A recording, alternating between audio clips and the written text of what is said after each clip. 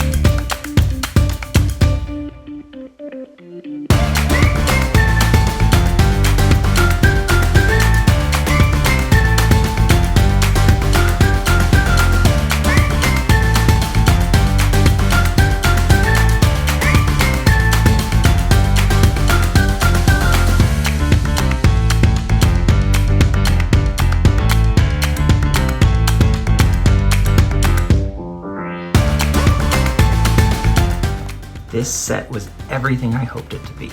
I'm such a big fan of The Simpsons, and it just has every little detail. I'm gonna walk you through this all. I mean, from the antennas to the air conditioner that says property of Ned Flanders, to the cat that was in the way the whole video. All right, let's start in the garage. This is a pretty cool spot.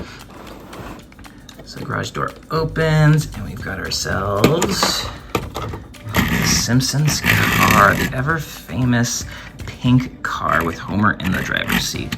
Like the car, pretty neat. What have we got in the trunk here? We've got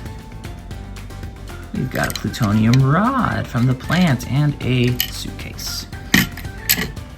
And one of the things I like about this one, which I didn't like at first, is how easy the roofs are to take off. Boom, just like that. They just sort of rest in there, but they're still pretty solid in there. So garage, pretty basic. I mean, you gotta have space for the car, but you've got yourselves your workbench, you got all those tools, you've got cans, you got a whole bunch of little cool little stuff like that. All right, onto the main house. I mean, it looks just like the Simpsons house in the show. Get like 360 here, or 180, I should say. We got Flanders grilling on the barbecue in the back for some reason, but I'm sure Homer won't mind. All right, and this guy is neat because it just swings open. My one beef with the set, and I get it that it's tricky, but how all the rooms are sliced in half. So like, you know, that's part of Lisa's room, and so is that part of Lisa's room. You know, that's part of the living room, that's part of the living room. So it gets split in half, and keeping all the stuff in there is a little bit tricky because you only have half of the room. Like, look how cramped the kitchen is with the kitchen table. We have the other half of the kitchen over here. All right, so like I said, we got Lisa's room over here with Lisa's figure taking a snooze. She's got her bookshelf and everything over there. And just like the other one, we can just slide this roof right off. Boom. Let there be light. We got ourselves our bathroom. Our hot and cold water in the shower. We got Homer and Marge's bedroom with Maggie in the crib. I know she has her own room in the show, but I guess they just couldn't quite make that happen. We got Marge at the top of the stairs, the rest of Lisa's room with her brush and her mirror and all that good stuff. And back here we got Bart's room. We got Bart's bed. We got Krusty on the wall. We've got his other stuff that you've seen on the show, a bookshelf, all that. Very great attention to detail. And then here we've got ourselves the family room with the infamous couch that Homer sits on. And I guess the whole family sits on and watches. This right here, the TV. We got our staircase, and then we got ourselves the kitchen. I wish they had the corn curtains that they have on the show, but you can't have it all. Got the rest of it and the piano in the front. Close it on up. You have that iconic front of the house. Some little extras we've got here. We got Bart on the skateboard, stole Lisa's A+, and we got our El Barto skate ramp. Pretty neat. We got ourselves a mailbox we can put in front.